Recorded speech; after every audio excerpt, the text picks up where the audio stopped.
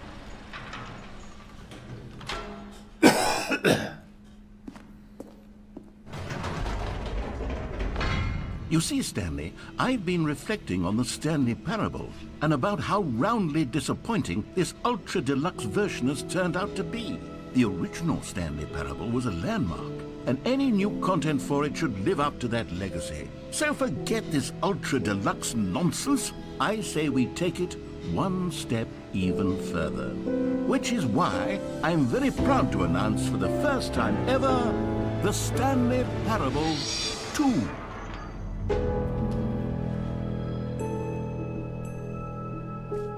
Yes, you see, isn't this far superior to a measly port with a few minor additions? Think of all the new territory we'll cover with a fully fledged sequel. An entirely new experience, built from the ground up. Why, there are so many possibilities. It could go in so many different directions. This is what fans have truly been asking for.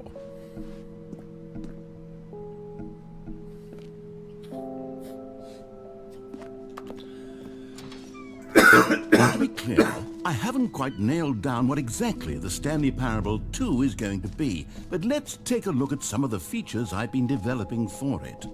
I figure that if I can loosely organize a handful of interesting concepts, that surely the game will sort of naturally spring up around them. It'll all work itself out. Game development is much more of a fuzzy magic than anything. Here we are. Go on, try out some of the new features.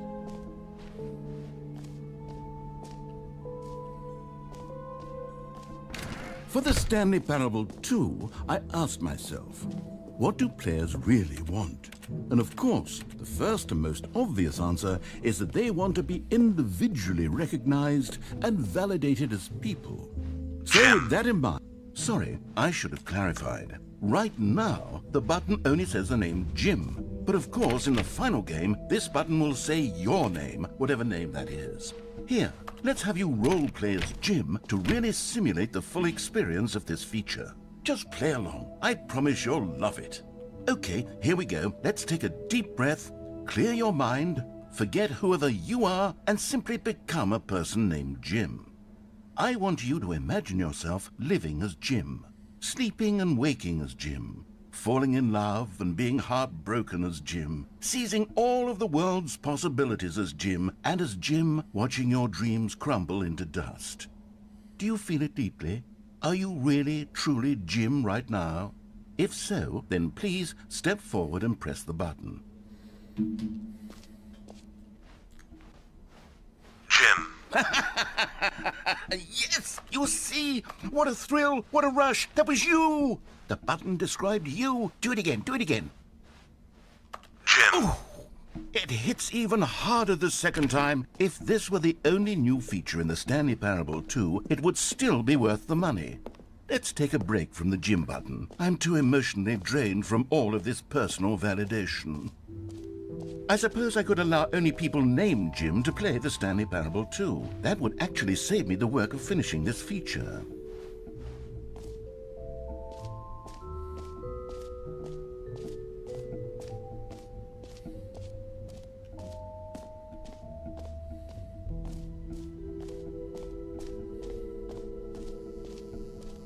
Now, here's something special. You remember that broken test trophy that got left in the game on accident?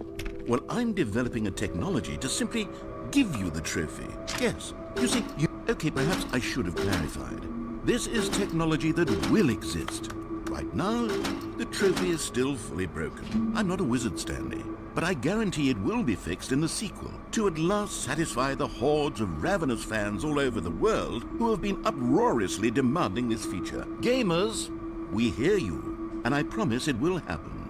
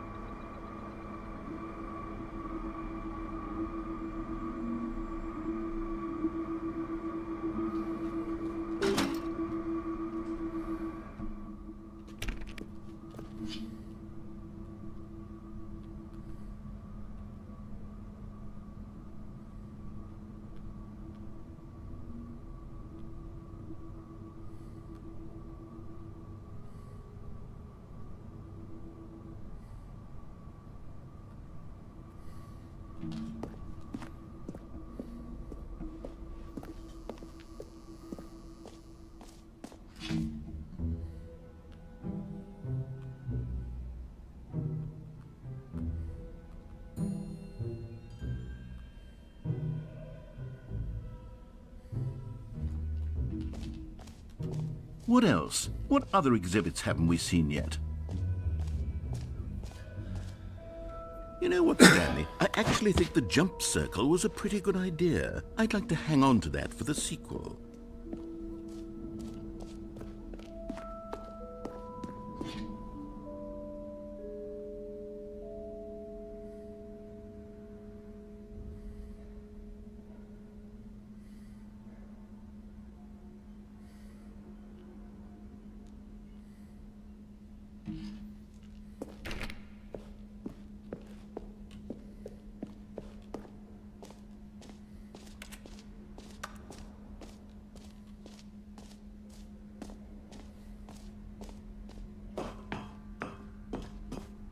An epilogue would be fun, wouldn't it, Stanley? Yes, it will go at the end of the, well, we'll figure that out later.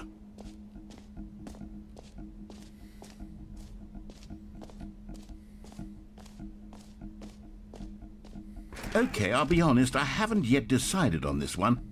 I think that in the new version, the office could use a bit of decoration, like balloons. But I'm undecided on Get Well Someday and Happy 12th Birthday. Which would you go with?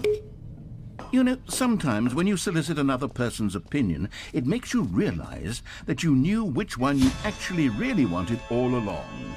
Happy 12th birthday, step-niece, it is.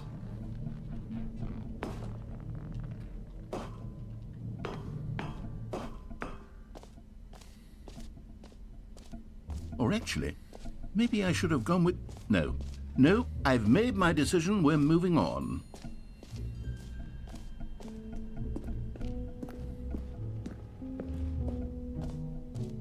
Ah, collectibles.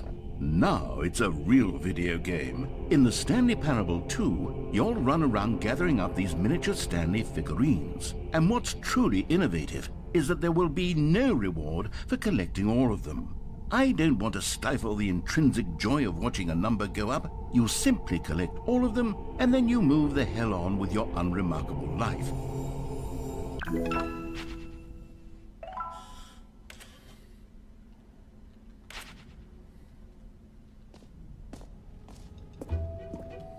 God, it really is the worst when you collect everything in a video game, and then they give you a big fancy reward for it. Absolutely tragic.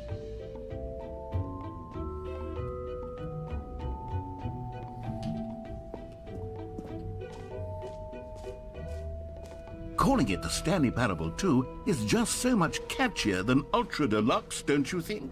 Ultra Deluxe? What does it even mean? But the Stanley Parable 2... Beans, what is now this game? That's this an is the Stanley Parable Ultra Stanley, Deluxe. this is fairly awkward. I hate to do this, but before you leave, you really should go to the bucket exhibit. You see, there's a surprise I was going to spring on you later, and it involves the bucket.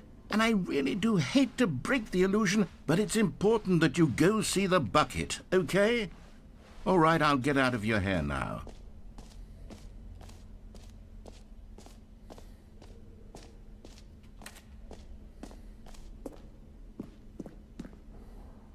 A common complaint of the Stanley Parable was that it was confusing and paradoxical, that it engendered a chaotic sense of reckless despair in those who played it. Well, I'm happy to say that after much consideration, I've engineered a clever solution to this fundamental problem with the game. It's the Stanley Parable Reassurance Bucket. You see, Stanley, anytime you're holding the bucket, a sense of calm and ease will fill your mind and your heart. It's true. As long as you hold on to the bucket, the many disorienting contradictions of the Stanley Parable will feel perfectly normal and perhaps even comforting. You may even come to long for the gentle embrace of jarring cognitive dissonance while the bucket is in your arms. And to be honest, it's a much more convenient solution for me than actually redesigning the game to be less uncomfortable. Can you imagine what a pain in the ass that would be? Yes, the bucket is the perfect solution. Come on, give it a try. Can you feel it? The glow of comfort, even in the face of crushing despair, must already be sweeping through your body. And in fact, can I say that I do believe the bucket lends you an air of charisma as well? I think that just holding it has made you the slightest bit more attractive as a person. The benefits of the bucket seem to go on and on, don't they? All this and more await you in the Stanley Parable 2.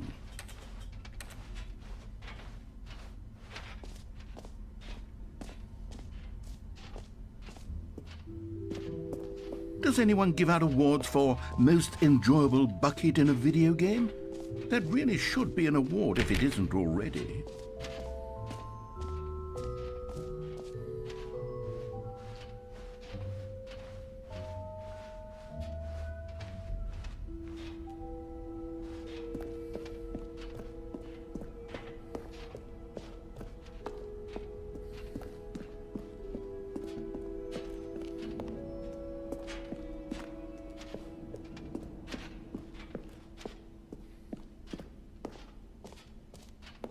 So, Stanley, what do you think? Do you like all of the new features? Yes, I know it's not exactly clear yet how exactly these features will come together as one single coherent video game, but I can feel it in my soul. It's going to work. There's definitely a good game in there somewhere. Say, let's do an experiment. I'll arrange these new features together, and we'll see whether or not it coheres into a meaningful gameplay experience. Okay, are you ready? Here it is. I give you the Stanley Parable 2.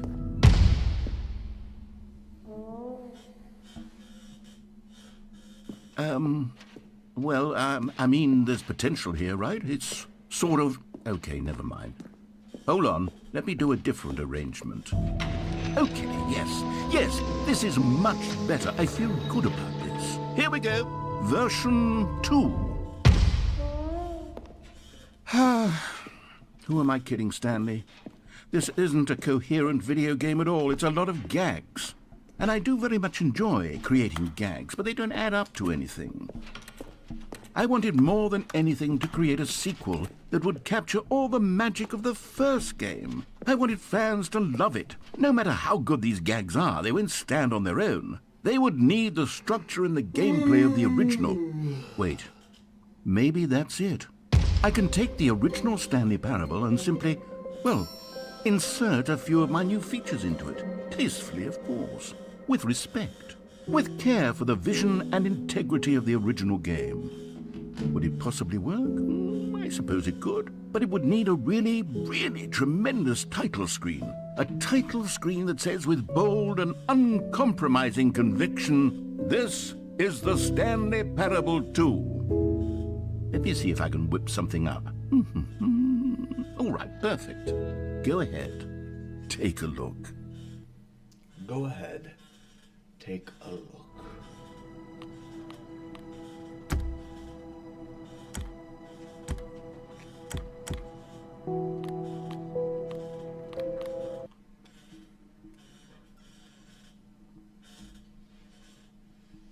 This is the story.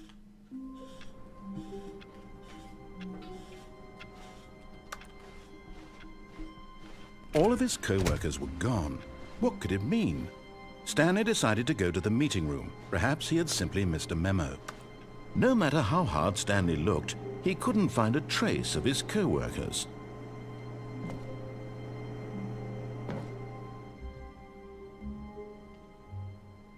At first, Stanley assumed he'd broken the map, until he heard this narration and realized it was part of the game's design all along.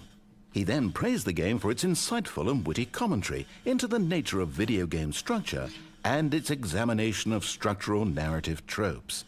So, now that you're here, what do you think? Isn't this a fun and unique place to be? Why don't we take a minute just to drink it all in? Okay, I'm over it now. What do you think? Are you sick of this gag yet? Yes. Well, I don't know how to say this politely, but you could literally just restart the game any old time you want. Like right now.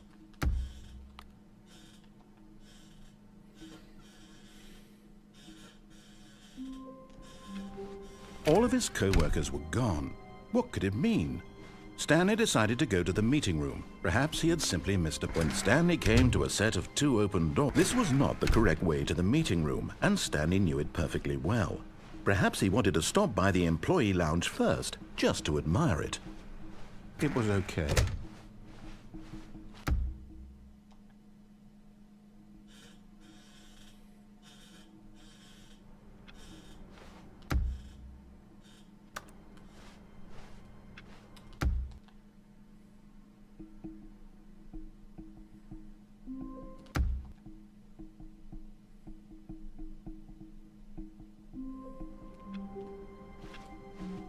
Wait, Stanley thought to himself. Am I sure that the orders stopped coming in? How is that possible? They never... Stanley felt the bucket calling to him, begging him to pick it up. Why was he not doing it? Stanley picked up the bucket.